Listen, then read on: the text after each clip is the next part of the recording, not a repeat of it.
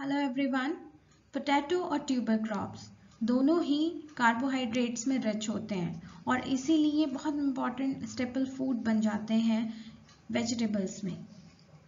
ये जो सब्जियां होती हैं ये लगभग हर सब्जी के साथ में ब्लेंड कर सकती हैं। जैसे पोटैटो है, आप इसे ब्रिंजल के साथ में कुक कर सकते हो, आप कैप्सिकम के साथ कुक कर सकते हो, आप कोई भी कुकुरबिट के साथ में इसको मर्ज कर सकते हो। और इसी के साथ साथ ये इकोनॉमी में भी बहुत बड़ा जो है योगदान देते हैं। जैसे पोटैटो है, पोटैटो जो है इंडिया की सबसे ज़्यादा उगाई जाने वाली सब्जी है और कई ऐसे देश हैं जहाँ पर पोटैटो सबसे ज़्यादा कल्टीवेट होता है as compare to any other vegetable. इनके वर्सेटाइल यूजेस की वजह से ही इनका इतना इम्पोर्टेंस है। तो आइए जानते हैं इन्हीं पोटैटो और ट्यूबर क्रॉप्स के कल्टीवेशन प्रैक्टिसेस के बारे में डिटेल में। Potatoes botanical name is Solanum tuberosum. Chromosome number इसका है 2n48। सोलेनेसी फैमिली का ये मेंबर है। स्टिल इसको ट्यूबर क्रॉप्स के अंदर पढ़ा जाता है। ओरिजिन जो है इसका पेरू और बोलीविया है, साउथ अमेरिका। कभी कभी इसको साउथ अमेरिका भी सिर्फ कह दिया जाता है। और कई तरह की वैरायटीज़ में अवेलेबल है, कई तरह के कलर वेरिएंट्स में अवेलेबल है। उनके छिलके का कलर, फ्लैश का कलर, साइजेस अलग अलग मिलेंगे आपको और टेस्ट में जो है वो भी डिफरेंस मिलेगा। तो ऐसे बहुत आपकी लार्ज वैरायटीज़ जो है पोटैटो में अवेलेबल है और यही इसको इम्पॉर्टेंट बनाती है। ये पोटैटो इतना ज़्यादा इम्पॉर्टेंट है कि आयरलैंड में एक बार इसी पोटैटो की प्लांटेशन वाइप आउट हो जाने की वजह से आयरिश फेमाइन ने जन्म ले लिया था, यानी कि एक तरह की भुखमरी ने जन्म ले लिया था। और ये जो पोटैटो प्लांटेशन थी वो ख़त्म हुई थी due to late blight disease. Late blight potato की ही एक डिजीज़ है और इस बीमारी की वजह से जो है पूरी की पूरी प्लांटेशन आयरलैंड में ख़त्म हो गई थी। और आयरलैंड में पोटैटो एक स्टेपल फूड की तरह जो है माना जाता है और इसी वजह से भुखमरी ने जन्म लिया था। ये जो इंसिडेंस था ये हुआ था आपका 1845 में और इतना सीवियर ये जो इसका इम्पैक्ट था कि कई सालों तक जो है वो जो न्यूट्रिशनल सिक्योरिटी थी वो सख्ते में आ गई थी उस देश में। तो इससे आप समझ सकते हैं कि कैसे ये पोटैटो इतना इम्पॉर्टेंट है। स्टेपल फूड ना सिर्फ आयरलैंड बल्कि कई दूसरे देशों में भी इसको स्टेपल फूड की तरह जो है माना जाता है, यूज़ किया जाता है। It is a rich source of carbohydrates and minerals and it is mainly grown in the states like Uttar Pradesh, West Bengal, Punjab, Karnataka, Assam और मध्य प्रदेश। इंडिया के अलावा जो देश पोटैटो को कल्टीवेट करते हैं वो हैं चाइना, रशिया और Poland, USA, Ukraine, Germany, Netherland and UK. Soil pH की हम बात करें तो स्लाइटली एसिडिक इसको पीएच चाहिए 6 to 6.5 with well drained clay loam soil. It is essentially a cool season crop. Moderate frost को जो है वो टॉलरेट कर लेता है, लेकिन ट्यूबराइजेशन के लिए जो है इसको वो थोड़ा टेम्परेचर जो है वो कम ही चाहिए। अगर नाइट टेम्परेचर जो है वो 23 डिग्री से एक्सीड कर जाता है तो ट्यूबराइजेशन नहीं होता और अगर दिन का जो ओवरऑल टेम्परेचर है और वो 29 to 30 डिग्री जो है वो पहुंच जाता है तो आप समझ लीजिए बिल्कुल भी ट्यूबराइजेशन नहीं होगा, स्मॉल ट्यूबर्स भी आपको नहीं मिलेंगे। सेंट्रल पोटैटो रिसर्च इंस्टीट्यूट एक ICAR का रिसर्च इंस्टीट्यूट है जो कि कुफरी शिमला में है और ये पोटैटो ब्रीडिंग सेंटर भी है। वहीं से आपकी मोस्टली वैरायटीज़ जो हैं वो डेवलप हुई हैं और इसीलिए आप देखेंगे कि इसकी सभी वैरायटीज़ के आगे एक प्रीफिक्स लगा होगा कुफरी नाम से। तो इससे पता लगता है कि ये सभी वैरायटीज़ आपकी CPRI यानी कि सेंट्रल पोटैटो रिसर्च इंस्टीट्यूट से रिलीज्ड हैं। और इसका जो है सेंट्रल पोटैटो रिसर्च इंस्टीट्यूट के कई रीजनल स्टेशंस भी हैं और इसका सबसे बड़ा रीजनल स्टेशन जो है वो मोदीपुरम मेरठ में है। और ये यहाँ पर क्या होता है कि जो ट्यूबर रिलेटेड जो रिसर्च है वो सब यहाँ पर की जाती हैं। और जो CPRI है आपका, CPRI इसलिए शिमला में बनाया गया है क्योंकि फ्लावरिंग और फ्रूटिंग जो सीड है पोटैटो का वो वहीं पे सेट होता है। फिर पोटैटो टेक्नोलॉजी सेंटर जो है करनाल हरियाणा में आपका ये बनाया गया है सेंटर, अभी ये रिसेंटली एग्जिस्टेंस में आया है। और इसमें क्या होता है कि आपकी एरोपोनिक्स की थ्रू, एरोपोनिक्स को यूज़ करके मिनी ट्यूबर्स को बनाया जा रहा है, और वो मिनी ट्यूबर्स जो है किसान यूज़ कर सकते हैं as a seed tuber. Potato के अंदर एक तरह का एल्केलॉइड पाया जाता है जिसको बोलते हैं सोलेनिन। सोलेनिन जो है वो एक ऐसा एल्केलॉइड है जो कि टॉक्सिक हो सकता है जब अधिक अमाउंट में इसको कंज्यूम किया जाएगा। तो 20 mg से ज़्यादा जब है, 20 mg पर 100 ग्राम अगर आपका पोटैटो कंज्यूम कर रहे हो, 20 mg आप सोलेनिन या उससे ज़्यादा कंज्यूम कर लोगे तो हार्मफुल इफेक्ट्स आते हैं। और ये इसलिए होता है कि जब ट्यूबर्स जो हैं वो ज़मीन के अंदर होते हैं, पर वो अगर एक्सपोज हो जाते हैं सनलाइट के लिए तो इस तरह का आपका सोलेनिन जैसे एल्केलॉइड जो है वो सिंथेसिस होने लगते हैं। वेराइटीज़ जो है इम्पॉर्टेंट, इनको हम 3 कैटेगरीज में बांट सकते हैं डिपेंडिंग अपॉन देयर मेच्योरिटी की कितने दिनों में तैयार हो जाती हैं। अर्ली वेराइटीज़ तैयार हो जाती हैं 70 to 80 डेज़ में, main season varieties 90 to 95 days में तैयार हो जाती हैं, और वहीं आपकी लेट सीज़न वेराइटी जो है वो 120 डेज़ में जो है वो रेडी हो जाती हैं। और सभी वेराइटीज़ जो है वो कुफरी प्रीफिक्स से जुड़ी हुई हैं। कुछ वेराइटीज़ आपकी ऐसी हैं जो प्रोसेसिंग के लिए स्पेसिफिकली हैं, जैसे आपका पोटैटो में क्या बनेगा प्रोसेसिंग से, चिप्स बन सकते हैं और फ्राइज़ जो है वो बनाए जा सकते हैं, जैसे फ्रेंच फ्राइज़ हैं, आपका डिहाइड्रेटेड पाउडर इससे बनाया जा सकता है। तो इसकी सुटेबल वेराइटीज़ हैं कि कुफरी चिप्सोना 1, कुफरी चिप्सोना 2, कुफरी चिप्सोना 3 एंड कुफरी हिमसोना। और रेड कलर की भी वेराइटीज़ हैं जो रेड फ्लैश वाली हैं, वो है आपकी कुफरी सिंदूरी और कुफरी लालिमा। ये मेन सीज़न वेराइटीज़ हैं। वैसे अर्ली सीज़न में आपके जैसे एग्जांपल्स हैं कुफरी अशोका, कुफरी चंद्रमुखी, कुफरी जवाहर, कुफरी लौकर, कुफरी अलंकार।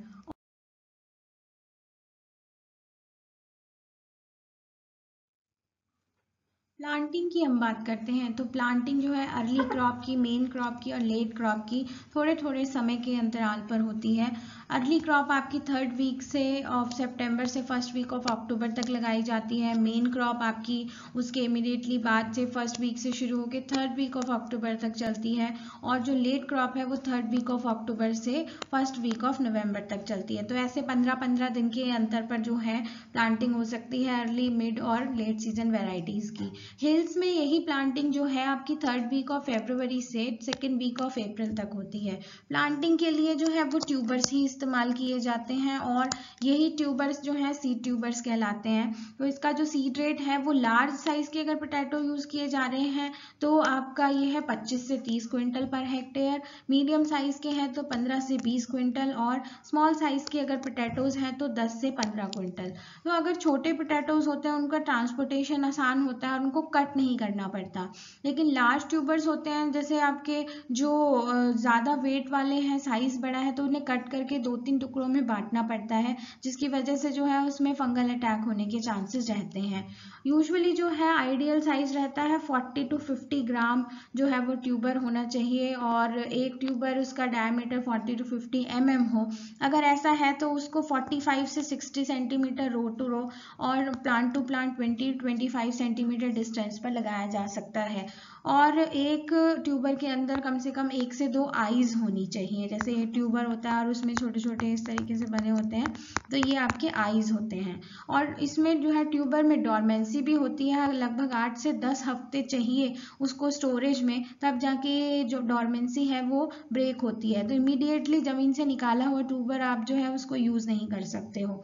मेथड में 2 मेथड फॉलो होते हैं, रिज एंड फरो और flat bed. Largely ridge and furrow जो मेथड है वो लगाया जाता है आपका, जैसे ये रिज है, देन फरो है, देन रिज, देन फरो। और रिज जो है वहाँ पर रिज के इधर बेस की तरफ या बीच में बिल्कुल आपका पोटैटो सो किया जाता है। कट ट्यूबर्स को ट्रीट कर सकते हैं हम डाइथेन Z78.2% सोल्यूशन के साथ में, ताकि कोई फंगल उसमें रॉटिंग ना होने लगे। कट पीसेस को जो है वो हील होने दिया जाता है। अगर आप बड़े ट्यूबर यूज़ कर रहे हैं तो उसको 18 से 21 डिग्री पर 85 to 90% ह्यूमिडिटी पर जो है इसको हील होने देंगे 2 से 3 दिनों के लिए, ताकि वो जो है उसकी रॉटिंग जो है ना हो। इससे इस टाइम पे क्या होगा, ऐसे सुबराइजेशन इसके अंदर हो जाता है और इसकी वजह से हीलिंग होती है। देन स्प्राउटेड अगर ट्यूबर है ऑलरेडी तो उसको किसी भी केमिकल से ट्रीट नहीं करना है, वरना स्प्राउट्स जो है वो मर सकते हैं। डॉर्मेंसी जो है, जैसे बताया कि 8 से 10 हफ्ते की डॉर्मेंसी होती है, उसको ब्रेक करने के लिए थायोयूरिया का ट्रीटमेंट 1 से 2% 1 से 1.5 घंटे के लिए, या फिर GA3 जिब्रेलिक एसिड का जो है 5 ppm का ट्रीटमेंट 10 सेकेंड के लिए, या फिर कोल्ड स्टोरेज कर दें 16 डिग्री पर 10 से 14 दिन के लिए, तो ये डॉर्मेंसी को ब्रेक किया जा सकता है। अर्थिंग अब बहुत इंपॉर्टेंट इसमें ऑपरेशन है, इंटरकल्चरल ऑपरेशन, क्योंकि बताया जैसे कि अगर ट्यूबर सन से एक्सपोज हो जाते हैं तो सोलेनिन डेवलप होने लगता है, और इस तरह की प्रॉब्लम को जो है वो ग्रीनिंग भी कहते हैं, पोटैटो ग्रीनिंग, इनका मार्केट रेट जो है खत्म हो जाता है। तो इसके लिए बार बार अर्थिंग अप आपको करना है ताकि एक्सपोजर से बचाया जा सके ट्यूबर्स को। क्रिटिकल स्टेजेस ऑफ इरिगेशन जो है, एक तो स्टोलन फॉर्मेशन, जैसे आपका प्लांट है, प्लांट में रूट से फिर जो है आपके वो लेटरली रन करने वाले जो है आपके रूट डेवलप होने लगते हैं, ये स्टोलन्स हैं। फिर ट्यूबर इनिशिएशन, इन्हीं स्टोलन्स में जो है वो ट्यूबर बनने लगेंगे और ट्यूबर जो है वो बड़े होंगे, तो ट्यूबर डेवलपमेंट, ये इंपॉर्टेंट स्टेज है इरिगेशन की। एंड हार्वेस्टिंग जो है, जब आपके टॉप्स जो है वो थोड़े से सूखने लगे तो आप समझ लीजिए कि अभी आपके जो ट्यूबर्स हैं वो मैच्योर हो गए हैं और अब इनको डिग करके निकाल लिया जाता है और कुछ समय के लिए वहीं पर छोड़ दिया जाता है इनको फील्ड में हार्वेस्टिंग के बाद, ताकि सुबराइजेशन प्रोसेस के थ्रू जो है स्किन उनकी थोड़ी सी थिक हो जाए। अर्ली वेराइटीज़ की ईल्ड जो है वो 200 क्विंटल्स पर हेक्टेयर, और मिड और लेट वेराइटीज़ की जो ईल्ड है वो 300 क्विंटल पर हेक्टेयर तक वैरी कर सकती है। नाउ आप ग्रेड्स की बात करें तो 3 तरह के ग्रेड्स जो हैं हो सकते हैं depending upon the size and weight. तो 75 ग्राम से ऊपर के जो आपके पोटैटोज हैं वो ग्रेड ए में क्लासीफाई किए जाते हैं, 50 से 75 ग्राम वाले ग्रेड बी में, और 50 ग्राम से कम वाले जो स्मॉल वाले हैं वो ग्रेड सी में। ये ग्रेडिंग ज़रूरी है अगर आप एक्सपोर्ट या फिर बड़े मार्केट्स में अपने पोटैटोज को देना चाहते हैं।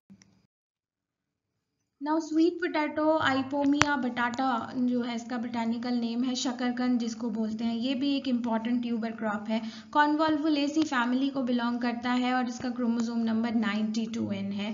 रूट ट्यूबर्स के लिए कल्टीवेट किया जाता है आंध्र प्रदेश, असम, बिहार, तमिलनाडु और उड़ीसा में, और इसका एसिडिक पीएच या उससे भी कम पीएच पर जो है वो इसको ग्रो किया जा सकता है। 90 to 120 डेज की लगभग क्रॉप है और इसको स्टेम कटिंग्स के थ्रू जो है वो प्रोपिगेट किया जाता है, जो कि एक यूनिक मेथड ऑफ प्रोपिगेशन है। इस तरह की ट्यूबर क्रॉप्स की वेराइटीज़ जो हैं वो रिलीज होती हैं अधिकतर central tuber research crop research institute CTCRI, जो कि तिरुवनंतपुरम केरला में है, और यहाँ से जो वेराइटीज़ हैं ये रिलीज हैं, जैसे कि वर्षा, श्री नंदिनी, श्री वर्धनी, श्री रत्ना, श्री भद्रा, श्री अरुण, श्री वरुण। पूसा सफ़ेद आपकी IRI की है, पूसा सुनहरी। देन राजेंद्र शकरकंद 5 बिहार से है, कालमेघ आपकी एक इम्पॉर्टेंट वेराइटी है।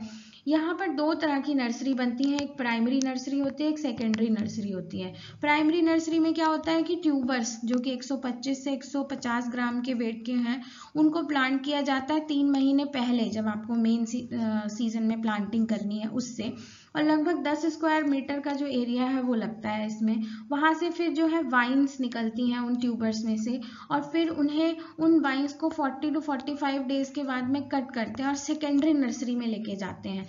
सेकेंडरी नर्सरी में लगभग आपका 500 मीटर स्क्वायर का एरिया चाहिए, और वहाँ से जो है फिर 40 to 45 डेज के बाद में फाइनल कटिंग्स ली जाती हैं जो मेन फील्ड में ट्रांसफ़र की जाती हैं during June and July rain fade crop के लिए, और अक्टूबर नवंबर में इरीगेटेड क्रॉप के लिए। हार्वेस्टिंग वही जैसे ट्यूबर्स की होती है, डिगिंग करके, और ईल्ड इसकी 6 to 9 टन पर हेक्टेयर है। इसका कंजम्पशन जो है वो आप रोस्ट करके या बॉयल करके इसको कंज्यूम किया जा सकता है, या चिप्स फॉर्म में भी। देन कोलोकेसिया तारो या अरबी जिसको बोलते हैं, एरेसी फैमिली को बिलोंग करता है। Colocasia esculenta is the botanical name और यूजुअली ट्रॉपिकल सब ट्रॉपिकल एरिया में होता है। पिक्चर में आप देख रहे हैं कोलोकेसिया को। सब्जी बनाई जाती है, कुक किया जाता है। इंपॉर्टेंट वैरायटी है श्री रश्मि, श्री पल्लवी।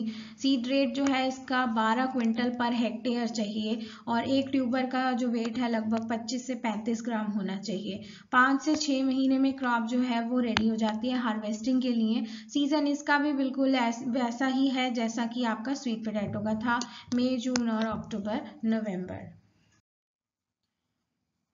अब डायोस्कोरिया जो है याम्स जिनको कहा जाता है, मोनोकॉट वेजिटेबल्स हैं और ये याम्स जो है सभी डायोस्कोरिया स्पीशीज को बिलोंग करने वाले हैं और इसीलिए मोनोकॉट इनको याम या मोनोकॉट वेजिटेबल कहा जाता है। डायोस्कोरियसी फैमिली है इनकी। इसमें आपके इंपॉर्टेंट जो स्पीशीज हैं आपको वो पता होने चाहिए, जैसे डायोस्कोरिया रोटनडाटा विच इज़ वाइट याम, और आपका जो डायोस्कोरिया कैनेंसिस है वो आपका येलो याम है, वाइट याम। डायोस्कोरिया एलाटा भी है, एस्कुलेंटा है जो लेसर याम जिसको कहते हैं, और फिर एमोर्फोफिलस जो आपकी स्पीशीज का एक एलिफेंट फुट याम होता है, जैसे आपको यहाँ पर ये दिखाया गया है, जैसे हाथी के पैर का निशान है बिल्कुल वैसे ही इतना बड़ा जो है ये याम होता है, जमीकंद जिनको कहते हैं। तो ये आपके जो है वो पॉपुलर याम्स हैं जो कि कुछ एरियाज में कल्टीवेट होते हैं। Thank you.